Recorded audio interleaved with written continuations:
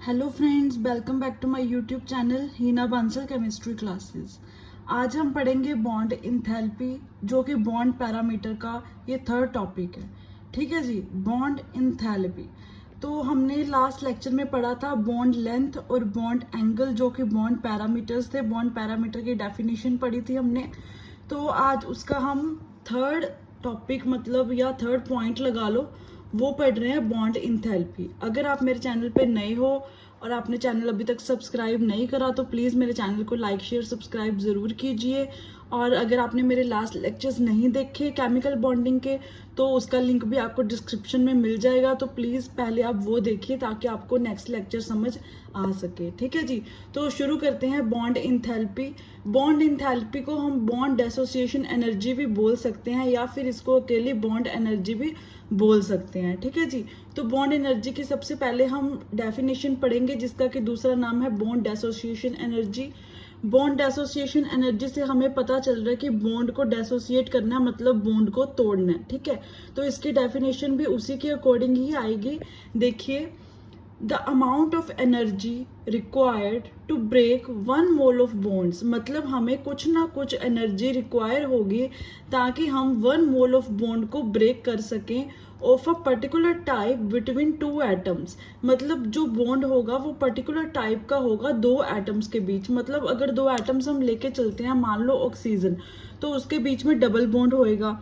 ठीक है जी, कोई एग्जांपल हम सिंगल बॉन्ड के जैसे H2 लेके चल रहे हैं, या फिर हम N2 का एग्जांपल ले सकते हैं जो कि ट्रिपल बॉन्ड है।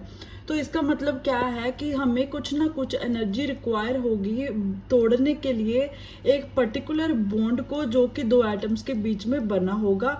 बट कंडीशन क्या है, इन गैसियस स्टेट। वो जो एटम्स होंगे वो गैसियस स्टेट में होने चाहिए जिनके बीच में बॉन्ड होगा, चाहे वो सिंगल बॉन्ड हो, चाहे डबल बॉन्ड हो, चाहे वो ट्रिपल बॉन्ड हो। ठीक है जी, तो इसको ही हम क्या बोलते हैं, बॉन्ड इंथैल्पी। होप सो आपको डेफिनेशन तो समझ आ गई होगी बॉन्ड इंथैल्पी की, जिसको कि हम बॉन्ड एसोसिएशन एनर्जी भी बोलते हैं।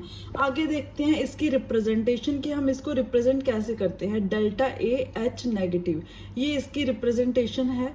ठीक है जी, आगे यूनिट्स। इसके यूनिट हमेशा याद रखना, कई बार कॉम्पिटिटिव एग्जाम में यूनिट्स को लेके भी क्वेश्चन आ सकता है, या फिर हम एमएससी बीएससी में जब वाइवा देने जाते हैं अपने प्रैक्टिकल्स में, तो उसमें भी एग्जामिनर पूछ लेता है कि बॉन्ड एनर्जी का आप यूनिट बताओ। तो आपको यूनिट्स हमेशा याद होने चाहिए।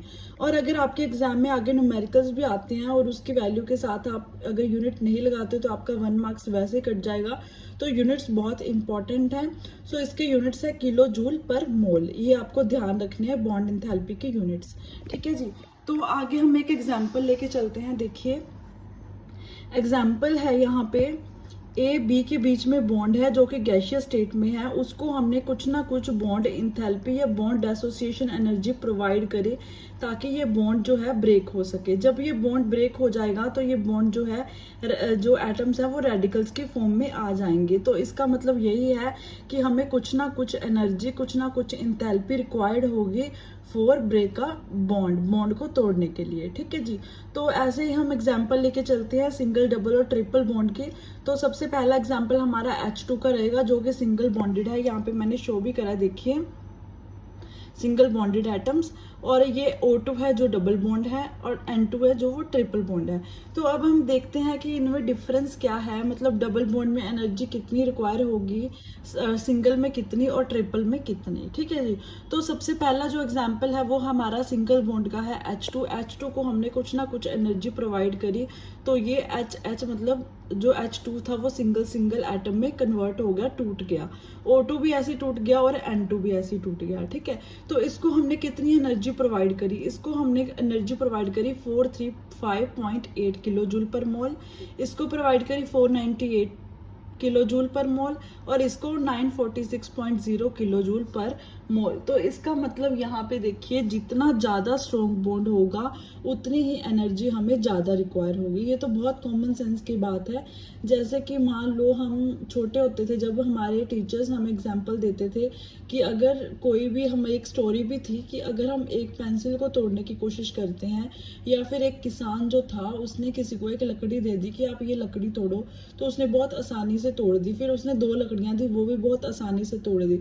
बट जब उसने बहुत सारा बंडल दे दिया लकड़ियों का तो उसको तोड़ना बहुत ही ज़्यादा मुश्किल हो गया। तो उसकी एनर्जी इतनी ज़्यादा लगी कि फिर भी वो बंडल तोड़ नहीं पाया। ठीक है जी। तो इसका मतलब यही हुआ कि जितना ज़्यादा स्ट्रॉन्ग बॉन्ड होगा, मतलब ट्रिपल बॉन्ड ज़्यादा स्ट्रॉन्ग है, तो उसके लिए हमें एनर्जी भी ज़्यादा रिक्वायर होगी बॉन्ड को तोड़ने के लिए as compared to double bond और सिंगल बॉन्ड। इसलिए सिंगल बॉन्ड में सबसे कम एनर्जी चाहिए, डबल बॉन्ड में उससे ज़्यादा, और ट्रिपल बॉन्ड में हमें सबसे ज़्यादा एनर्जी की रिक्वायर है ताकि हम बॉन्ड को ब्रेक कर सके। इसी को ही हम क्या कहते हैं, जो एनर्जी हमें चाहिए होती है उसको हम बोलते हैं bond association energy to break a bond. ठीक है, तो ये एनर्जीज जो है ये हमें याद करने की जरूरत नहीं है, ये हमें एग्जाम में गिवन होगी अगर हमें न्यूमेरिकल आता है तो। ठीक है जी। तो यहाँ पे मैंने यही लिखा है, more the stronger bond more the energy is required to break the bond, so it means more bond enthalpy. जितनी ज़्यादा बॉन्ड एनर्जी होगी उतनी ही ज़्यादा उसकी बॉन्ड स्ट्रेंथ होगी, मतलब बॉन्ड इंथैल्पी जितनी ज़्यादा होगी उतनी ही उसकी बॉन्ड स्ट्रेंथ होगी। या हम वाइस वर्सा भी बोल सकते हैं कि जितनी ज़्यादा बॉन्ड स्ट्रेंथ होगी उतनी ही ज़्यादा उसकी बॉन्ड एनर्जी या फिर बॉन्ड इंथैल्पी होगी। ठीक है जी। आगे हम देखते हैं फॉर पॉलीएटॉमिक मॉलिक्यूल्स, क्योंकि ये तो ऊपर जो हमने एग्जांपल लिया था वो H2O2 और N2 का लिया था, जो कि क्या थे, सिंगल मतलब मोनोटॉमिक थे, सिंगल नहीं मोनोटॉमिक थे, मतलब सेम थे। अब हम पॉलीएटॉमिक की बात करेंगे। पॉलीएटॉमिक में जैसे कि आप एग्जाम्पल लेके चलते हैं हम फर्स्ट वाटर की। पॉलीएटॉमिक मॉलिक्यूल्स कौन से होते हैं, जिसमें एक से ज़्यादा एटम प्रेजेंट हो उसको हम बोलते हैं पॉलीएटॉमिक मॉलिक्यूल्स, जैसे कि वाटर, NH3 और भी बहुत सारे एग्जांपल्स हैं।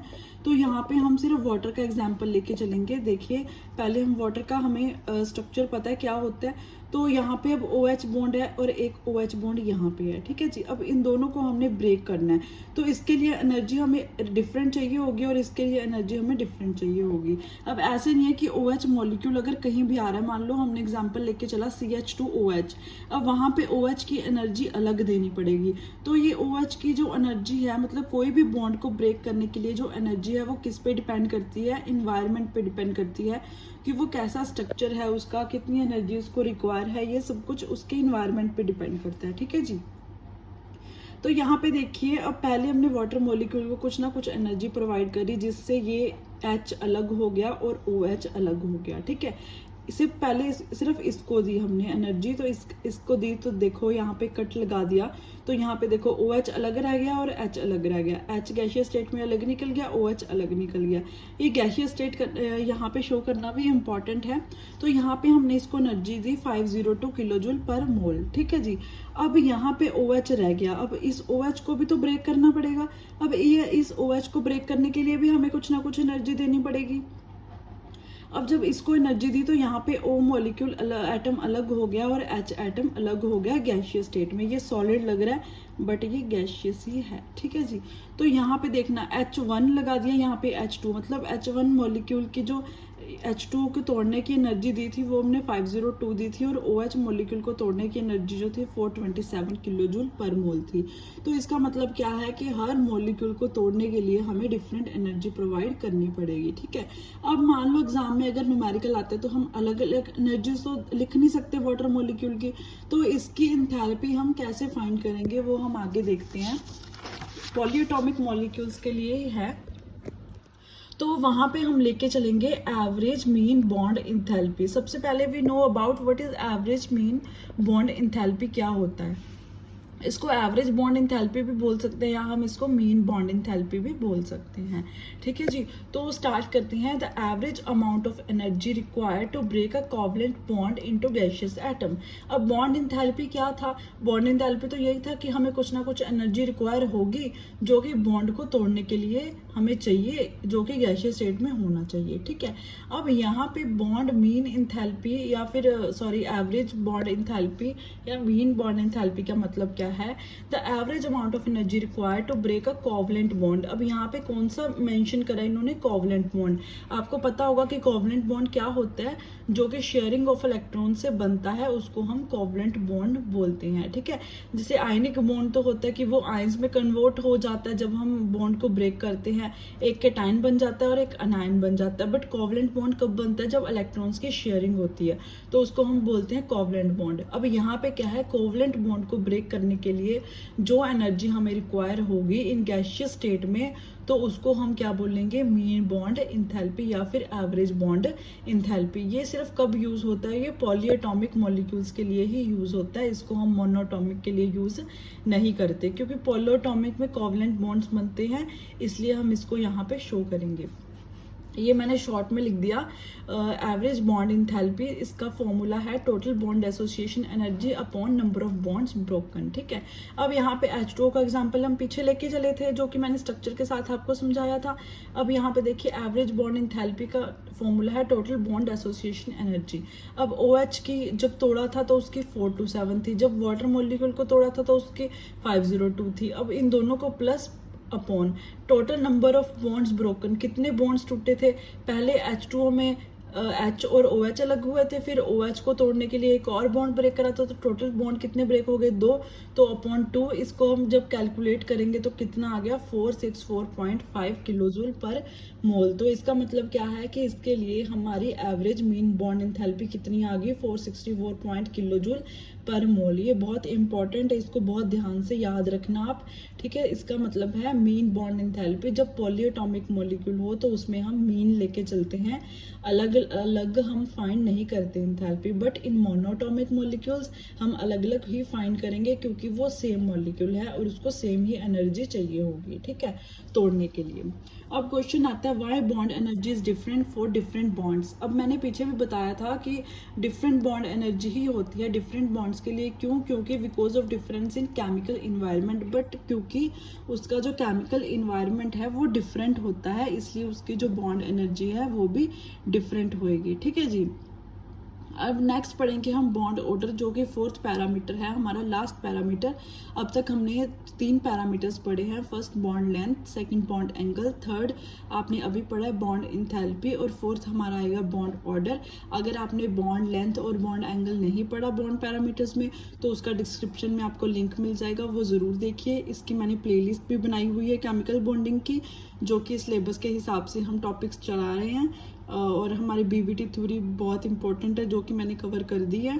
तो अगर किसी को भी कोई क्वेरी है, कोई डाउट है, तो वो कमेंट सेक्शन में पूछ सकता है। सो आज के लिए इतना ही। नेक्स्ट लेक्चर में हम पढ़ेंगे bond order. Thank you so much. अगर आप मेरे चैनल को पहली बार देख रहे हैं तो प्लीज़ लाइक शेयर सब्सक्राइब ज़रूर कीजिए। Thank you so much. Bye. मिलते हैं नेक्स्ट लेक्चर पे बॉन्ड ऑर्डर। ओके जी।